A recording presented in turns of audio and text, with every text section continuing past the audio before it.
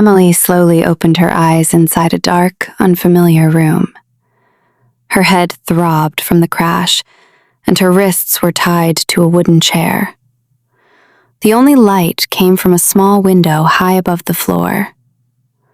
As her vision cleared, she heard footsteps approaching. The heavy metal door opened, and Richard Foster walked inside. His expensive suit was spotless, as if nothing had happened. He pulled up a chair, sat directly across from his daughter, and let out a quiet sigh. "I never wanted you to see this side of me," he said calmly. Emily stared at him in disbelief. "Why, Dad? Why did you destroy Ethan's life?" Richard remained silent for several seconds before finally answering. "Because he became a threat. Your future was supposed to protect everything I built. Instead, you fell in love with a mechanic's son who started asking questions he should never have asked." Emily felt tears running down her face. "He was innocent."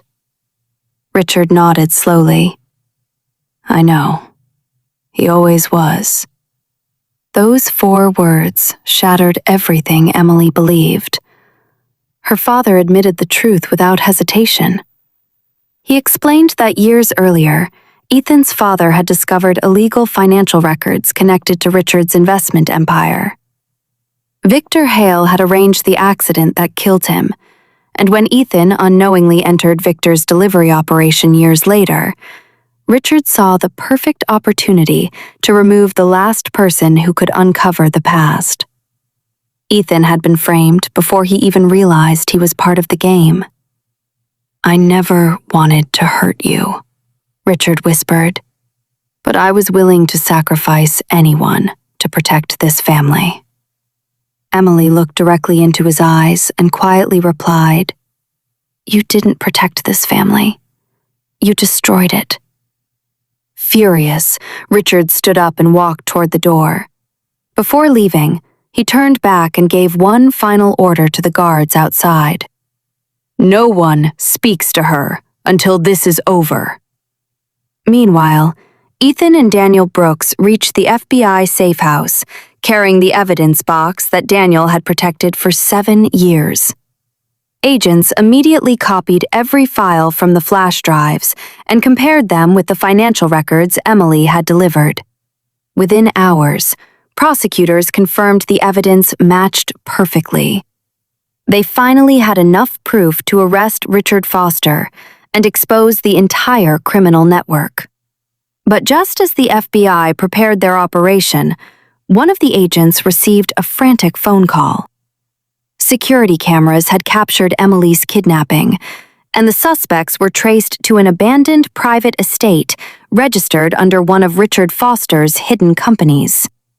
Ethan refused to wait for a tactical team. "She's in danger because of me," he said. "I'm going." The lead investigator tried to stop him, but Ethan was already running toward an armored vehicle. Minutes later, a convoy of FBI agents raced through the rain toward the isolated estate. As lightning flashed across the night sky, Ethan looked through the windshield at the enormous mansion hidden beyond the trees.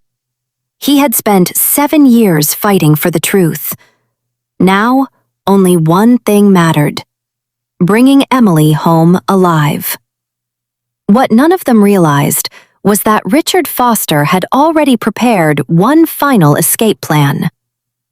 Deep beneath the mansion, a private helicopter waited with its engines running, and only minutes remained before it disappeared forever. The armored FBI convoy crashed through the front gates of Richard Foster's private estate, just as thunder shook the night sky. Sirens echoed across the property, while armed agents spread out in every direction.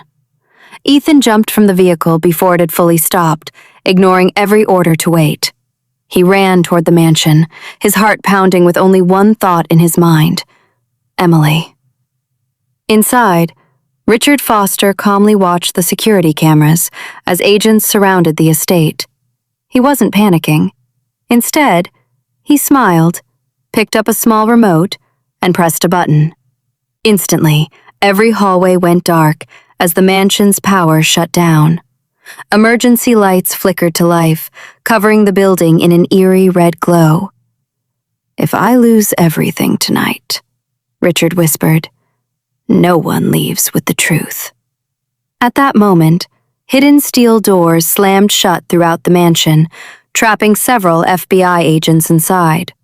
Ethan pushed through the darkness, searching every room until he heard a faint voice calling his name from somewhere below. Following the sound, he discovered a secret staircase leading underground. At the bottom, he found Emily tied to a chair inside a concrete room. Without hesitation, he rushed forward and untied her hands. For several seconds, neither of them spoke. They simply looked at each other, tears filling their eyes after 7 years apart. Emily gently touched Ethan's face, as if she couldn't believe he was really standing there. "I'm so sorry," she whispered through tears. "I should have believed you." Ethan shook his head and smiled. "None of this was your fault."